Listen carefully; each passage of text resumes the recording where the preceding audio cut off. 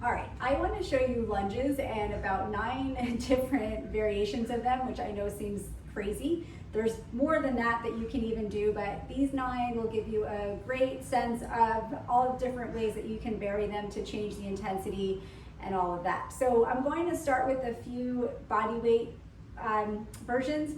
The one thing I will say about lunges is you always want to make sure, no matter which version you're doing or modification, you want to make sure that your knee, the front foot, doesn't ever extend over your ankle or your toes. So I will point that out as we go through these. So the first one we're going to do is the stationary lunge. So you're going to take one step back. So you want to have that foot far enough back. So again, my front knee, when I drag my knee down or lower my knee to the ground, this knee doesn't extend over my heel or my toes. So if I'm too close, that's what happens, and it puts a lot of pressure on your knee. It won't feel great. So you're gonna have that foot wide enough so that as I lower, I can tap my knee down and my front knee is making a nice 90-degree angle. And then you're going to stand back up. So you wanna think about on stationary lunges almost like you're in an elevator, so you're just vertically lowering and coming up, so that way you're not kind of lunging forward like that. So you wanna just lower as one unit and then stand on back up. You would do the same on the other leg. The next version we're going to do will be a reverse lunge. So one thing that I always cue people for is if you imagine you're standing on a train track, no matter which version you're doing, you want to make sure that your right leg always tracks to the right and your right foot on the right side, your left foot on the left, so that your feet aren't kind of crossing, coming forward, anything like that, because that also puts a lot of unnecessary pressure on your knees. So for a reverse lunge, I'm going to step back. So same thing as the stationary. You want to make sure that your knee makes a 90-degree angle. It doesn't start coming over your ankle or your toes. So I'm going to take a big step back, drop my back knee, and then come back to standing. Alternating legs.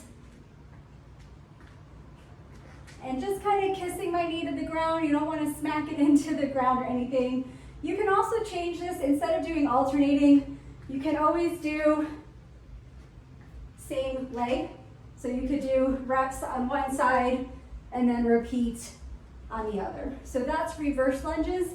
The next one we're going to do will be forward lunges. So obviously instead of lunging back, we're going to lunge forward. So you want to take a big step forward.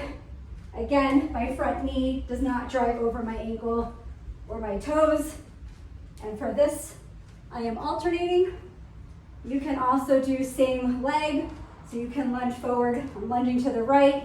Let's do 2 on the right, and then I'll do 2 on the left. So same thing, a wide enough step so that your front knee doesn't ever drive over your ankle or toes. The next version to do, which are a little bit more challenging, would be jumping lunges. So you're gonna step back, and then when you switch legs, instead of stepping, you're gonna jump. So I'm gonna lunge back and then jump into that other side. So those are jumping lunges. So for the stationary reverse forward, you can also add dumbbells to them to make them harder to do. You can also do this with the barbell or kettlebell, which I'm not going to show you right now because again, there's so many ways to do these. So you can hold your dumbbells 2 ways. You can either hold them at your hips or you'll hold them on your shoulders, which is referred to as front rack position. So same thing, you can do stationary lunges, holding those dumbbells, same form.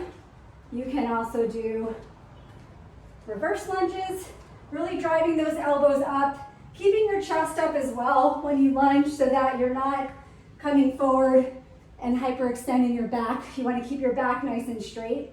You can hold these at your hips. So we'll do a forward lunge, like so. And those are all the ones I want to show you with dumbbells. And then the very last one, I think, unless I get inspiration for more, will be stationary lunges using a strong board. So you would have one foot over the middle, and then you're gonna have that back foot far enough behind you, so same as when you're on the ground. The difference is because your front foot is elevated, your knee won't make contact with the ground, so you're gonna lower and then stand back up. And one other thing I'll say, if you're working towards doing a full lunge and you're starting with stationary, or maybe you're coming off of an injury and you're not able to get your knee all the way to the ground, that's totally fine. You can just go as low as you can. Maybe your knee is gonna hover over the ground, but you're just going to work towards getting it all the way to the ground. And then once you do that and you feel comfortable in a stationary, then that's a great chance to progress to one of the other versions of body weight, like the forward or reverse. I think that's it. That was a lot of lunging.